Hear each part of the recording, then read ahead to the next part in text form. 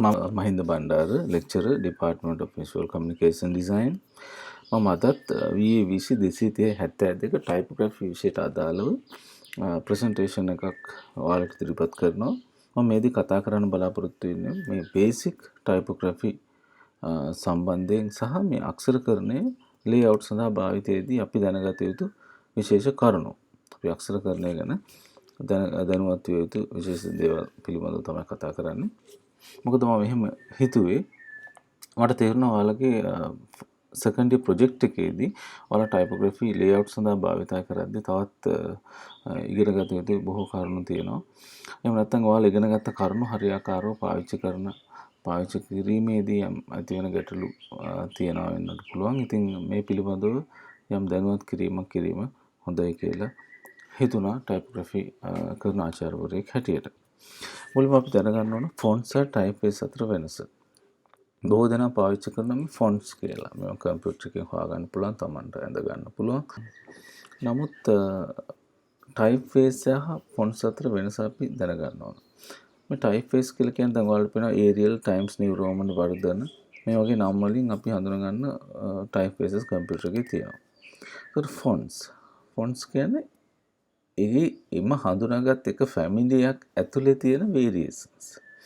මේක හරියට නිකන් ගමක ෆැමිලි, ඒ කියන්නේ පවුල් ගණනාවක් තියෙන්න පුළුවන්. ඒ පවුල් එක පවුලකින් තවත් පවුලකට වෙනස් වෙන ඔවුන්ගේ අනන්‍යතා ලක්ෂණ තියෙනවා.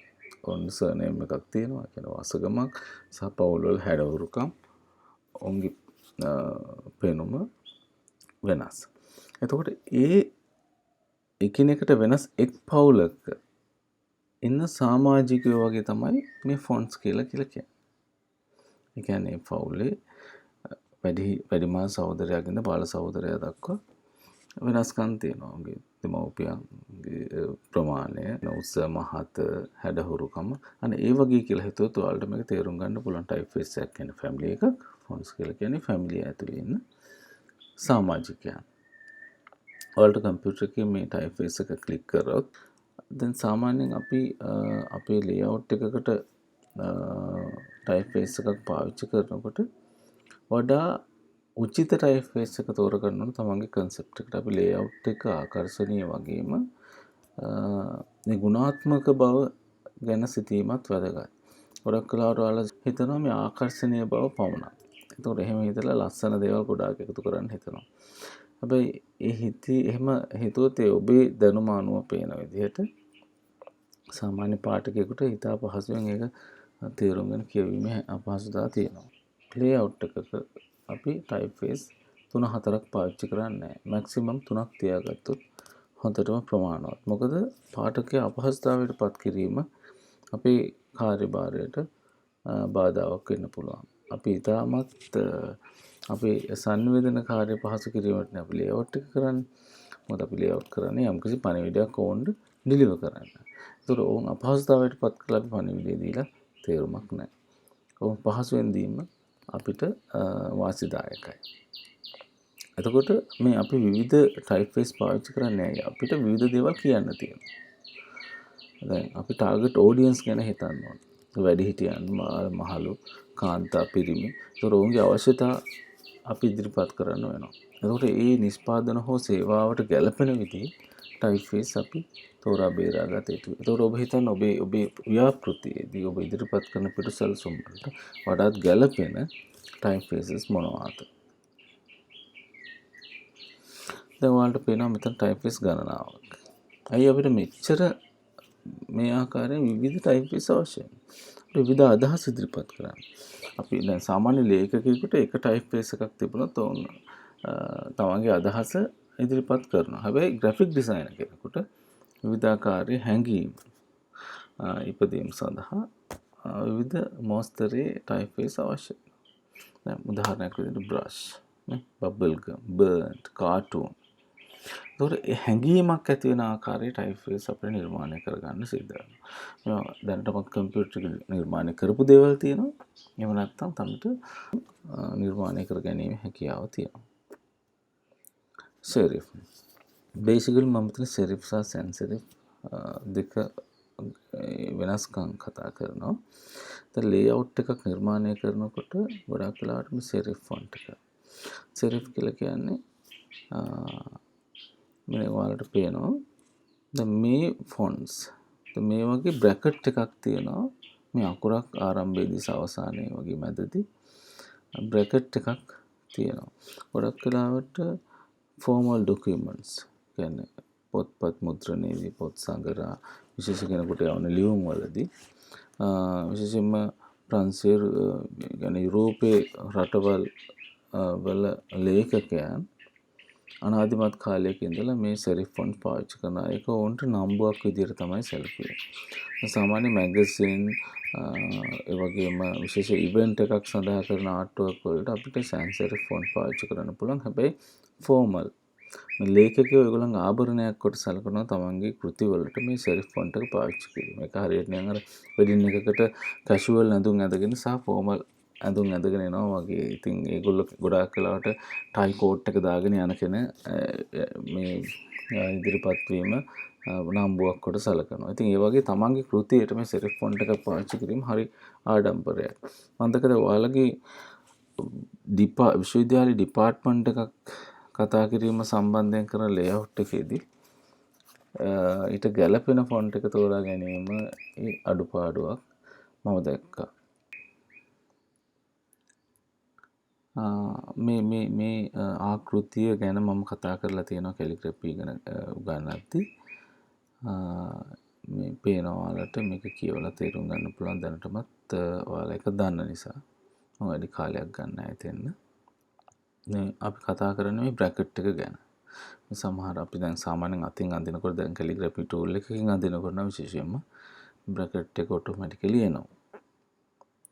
මොකද ඒ අකුරු අතර පරතරය සහ අකුරක් තේරුම් ගැනීම විශේෂයෙන් අඳුනා ගැනීම අපහසුතාවය ඇති වෙන්නේ. මොකද ඒකාන්තයක ස්ට්‍රෝක් එකක් ටිකක් හෙවි ස්ට්‍රෝක් එකක් තියෙනවා. අනිත් එක තින් එකක්. thick and thin පහසුවෙන් අකුරු තුල තියෙන නිසා හඳුනා ගැනීම හැකියාව තියෙනවා. sans serif. මේ වගේ ටයිප් ෆේස් අපි පාවිච්චි කරන ආර්ට් වර්ක් වලට, ඒ වගේම අපේ ඩිසයින්ස් වලට. මේවා වරදක් නැහැ තමන්ගේ පොත්වලට භාවිතා කරාට මම අදහසක් විදිහට කිව්වේ යුරෝපීය රටවල් ගොඩක් වෙලාවට මේ සෙරිෆ් ෆොන්ට් තමයි පාවිච්චි කරන්නේ. අපි ඒක අත්දැකීමෙන් දන්නවා පරිශීලනය කරපුවාම ගොඩක් ලේඛකයෝ භාවිතා කරනවා. ඒත් ඒ වගේ මේ ඔබ දන්නවා මේ හෙල්වටිකා ගොඩක් ජනප්‍රිය සහ ප්‍රසිද්ධ ෆොන්ට් එකක්.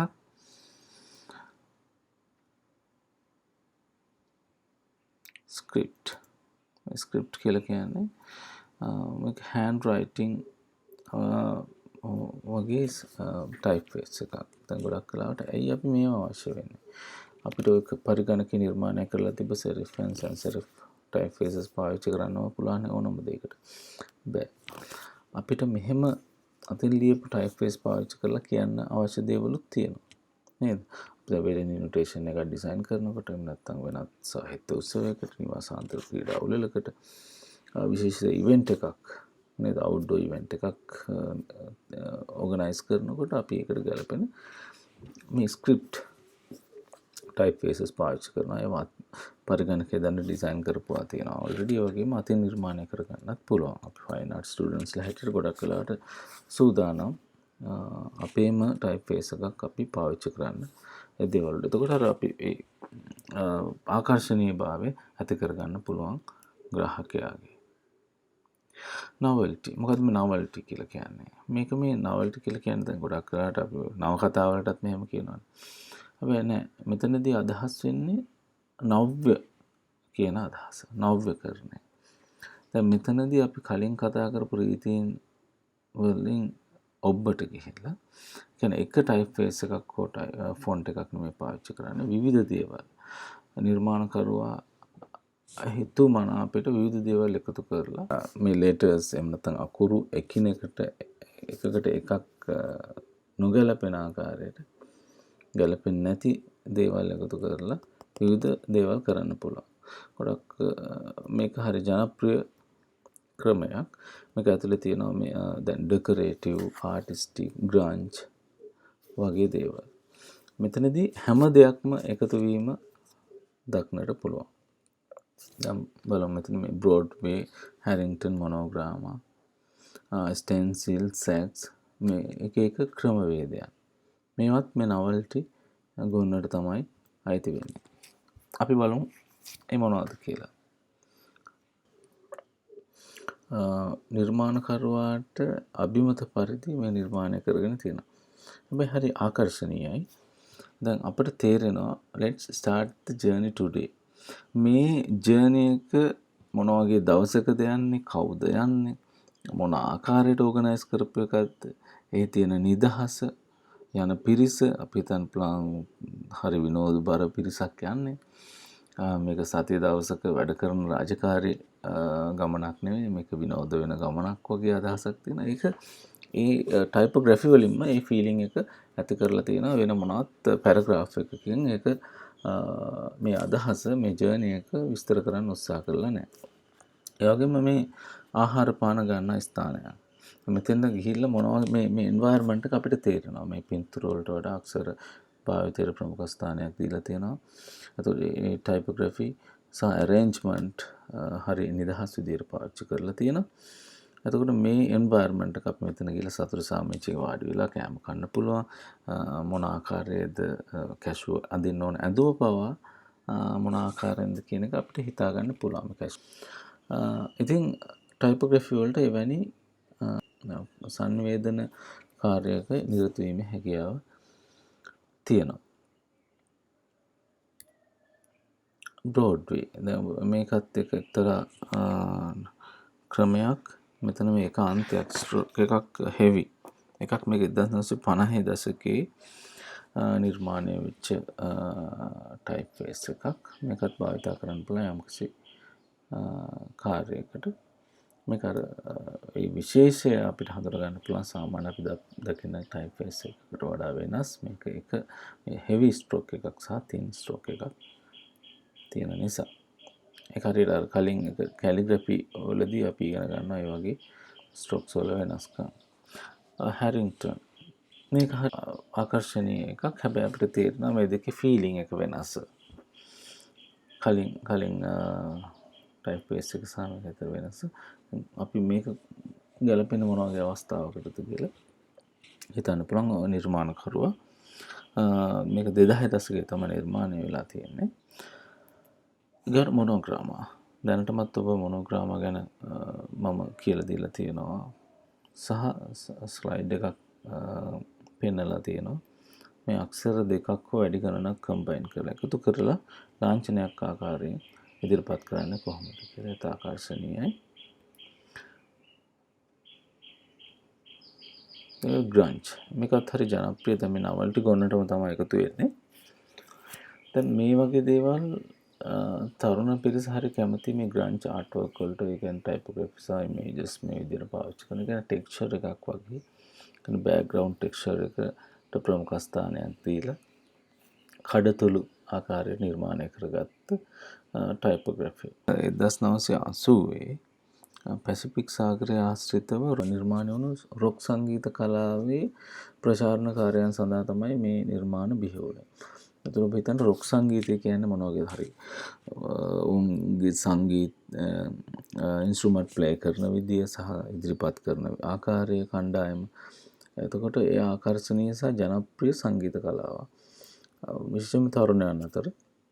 ඉතින් එහි ප්‍රචාරණකාරයන් සඳහා තමයි නිර්මාණකරුවන් මේ ග්‍රන්ච් ඉදිරිපත් කරලා තියෙන නිර්මාණ කළේ. එතකොට මේක අපිට ගන්න පුළුවන්. හැබැයි අපේ ආර්ට් වර්ක් වලට කතරම් උචිතද නැද්ද කියන එක හිතන්න වෙනවා. දැන් ඔබ නිර්මාණය කරන විශ්වවිද්‍යාලයේ ඩිපාර්ට්මන්ට් එකක ප්‍රොෆයිල් එකක්. ඒක ඊට වඩාත් ගැළපෙන ටයිප් ෆේස් මොනවද සහ මේ මොස්තර ගැන තවදුරටත් සාකච්ඡා කිරීම සහ කල්පනා කිරීම අවශ්‍යයි. ඒ වගේම ස්ටෙන්සිල් එකක් මේ වගේ මේ ආකාරයට නිර්මාණ කරපු ටයිප් ෆේස් තියෙනවා. දැන් මෙතනදී බ්ලොක් එක පේනවා ඔයාලට. නමුත් සමහර ටයිප් ෆේස් වල බ්ලොක් එක නැහැ. ඕන විදිහට ටයිප් කරගන්න පුළුවන්. එතකොට ඒ වගේ දේවල් පාවිච්චි කරන්නේ ඇයි? එහෙනම් ඔබට ගැලපෙනවා නම් ඒක පාවිච්චි කරන්න පුළුවන්. එතකොට තර්කයක් ගොඩනගලා තියෙද්දි මම පාවිච්චි කරලා තියෙන මේ ටයිප් ෆේස් එක මෙහි අර්ථය තවත් තීව්‍ර කර ගැනීම සඳහා. අයග සැග් ද මේක් ගොඩක් කලාවට අපි මිටීරියල් එකක් පාවිච්චි කරන අපිට ගෙදර දොරේ හොයාගන්න පුළුවන් දේවල් අකුරක් ආකාරයට තියලා ඡායාරූපයක් අරගෙන කම්පියුටර් එකෙන් ඇඳලා තියෙනවා. මේක දැන් ඔයාලට පේනවා මේ පැත්තේ මේ රිබන් එකක් පාවිච්චි කරලා එහෙම නැත්නම් කඩදාසියක පටියක් වගේ කපලා ඒක අකුරක් විදිහට තියලා ෆොටෝස් ගත්ත එක. ඉතින් ඒක ගැලපෙන ආර්ට් වර්ක් වලට පාවිච්චි කරන්න පුළුවන්. keep a consistent text layout. මොකද්ද මේ කියන්නේ? මේ ස්ථාවර පිටුසලසුමක් නිර්මාණය කරගත යුතුයි. ඒ කියන්නේ අපි layout එක හරි ස්ථාවර විය යුතුයි. එතන image එකක් තියෙනවා, headline එකක් තියෙනවා, body copy එක තියෙනවා, සහ graphic elements තියෙනවා වෙන්න පුළුවන් සහ අවකාශයේ භාවිතය. මේ සියලු දේවල් මේ element ඔක්කොම කොහොමද arrange කරලා තියෙන්නේ ග්‍රාහකයාගේ ආකර්ෂණය සඳහා. ඒතකොට පින්තූර ඔබට දාන්නත් අවශ්‍යයි. අකුරු important. හැබැයි මේ දෙක ස්පේස් එකක් ඇතුව හරි මනා තැන ස්ථානගත කරලා නැත්තම් ඔබ layout එකේ elements විතරයි තියෙන්නේ.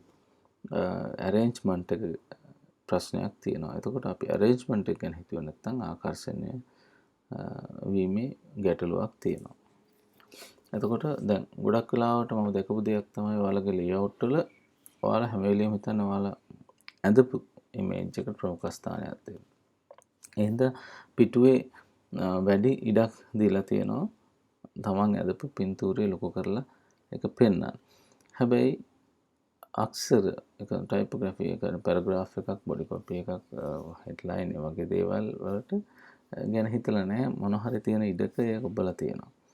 හැබැයි ඒ මනාව arrange කරලා නැත්තම් ග්‍රාහක ආකර්ෂණය ඔබේ පින්තූරයට යන්නේත් නැහැ. ඒ නිසා මේ සියලු දේවල් හරි මනා ලෙස සම්පින්ඩණය කරගත්තොත් තමයි ඔබේ අදහස ඔබට අවශ්‍ය විදිහට ඉදිරිපත් කිරීමේ හැකියාව තියෙනවා.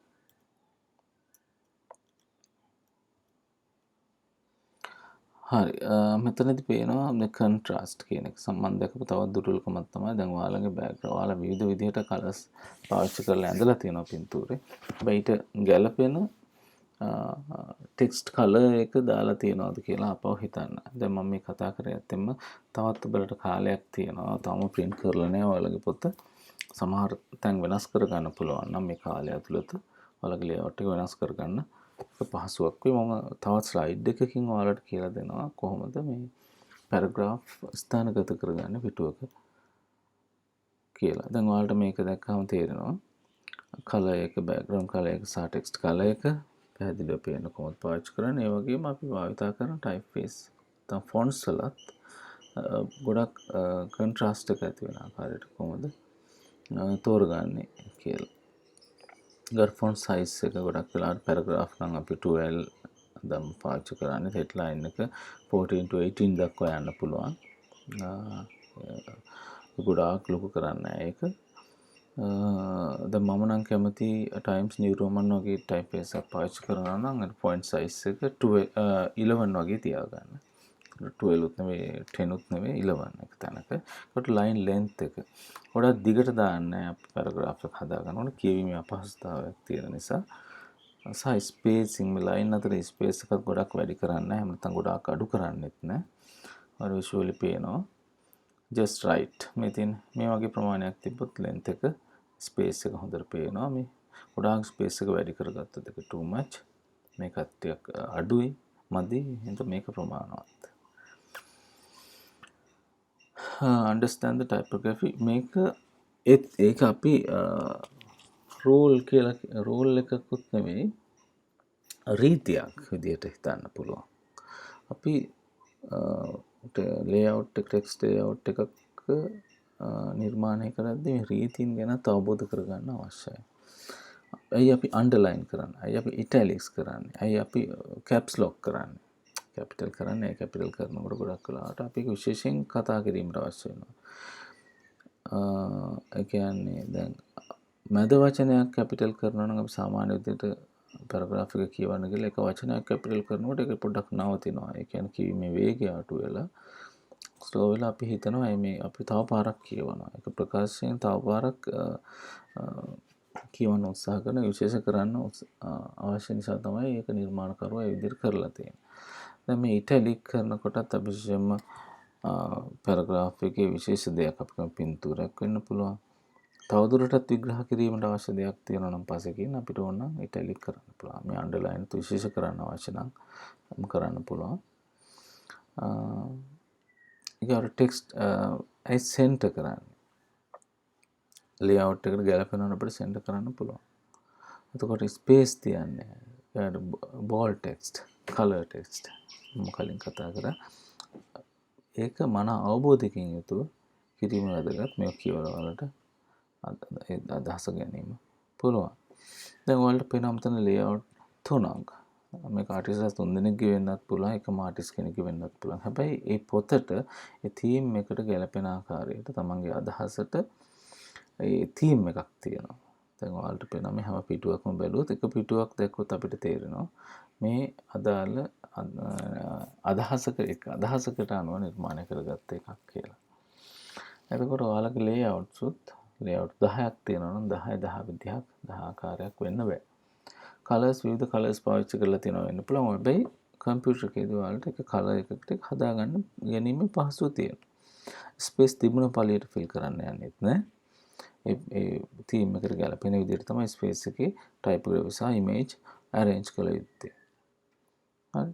ඒ වගේම ඉමේජ් මේ ඩබල් ස්පේඩ් පේනකොට මේ කැපෙන තැන් වලින් පිටු දෙකක් කැරියොත් ඉමේජ් එකේ ප්‍රධානම අවශ්‍යම ස්ථාන කැපෙන්න භාවිතා කරන්නේ නැහැ. උදාහරණයක් විදිහට දැන් මෙතන බැලුවොත් මේ මුහුද තියෙනවා, කාන්තාවක් හිටගෙන ඉන්නවා. මේ මුහුද පැත්තෙන් නැමුණා කියලා ප්‍රශ්නයක් නැහැ. හරි. එහෙම හිතලා තවදුරටත් ඉන්ටර්නෙට් එකෙන් පුළුවන් ඔයාලට ලේඅවුට් බලන්න. ලයිබ්‍රරි එකට විශ්වවිද්‍යාලය අරපු දවසක ගිහිල්ලා ලේඅවුට්ස් බලන්න.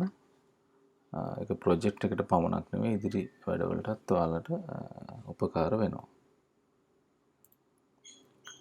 දැන් ඔයාලට පේනවා මෙතන මේ සෙරිෆ් ෆොන්ට්ස් පාවිච්චි කරලා තියෙන බොඩි ක්‍රොප් එකකට sans serif. මේ sans serif කියලා මට කියන්න බැරි වුණා. තමයි මේ ප්‍රංශ භාෂාවෙන් මේ without කියන අදහස තමයි තියෙන්නේ. ඒ කියන්නේ බ්‍රැකට් එක නැතුව නිර්මාණය වෙන අකුරු වල තමයි sans serif කියලා කියන්නේ. serif කියලා කියන්නේ බ්‍රැකට් එකත් එක්ක.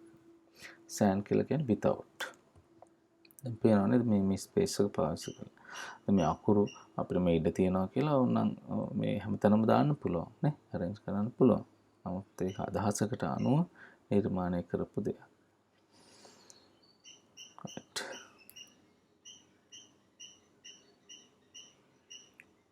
එතකොට මේ ටයිපෝග්‍රැෆි සංවේදන ක්‍රියාවලියට කොච්චර වැදගත්ද කියන එක මම හිතන්නේ මේ ස්ලයිඩ් වලින් දැනගත්තා. අපි ඩිසයිනර්ස්ලා විදියට පින්තූර විතරක් නෙමෙයි සංවේදන ක්‍රියාවලියට අවශ්‍ය වෙන්නේ. විශේෂයෙන්ම ටයිපෝග්‍රැෆි හරිම වැදගත්.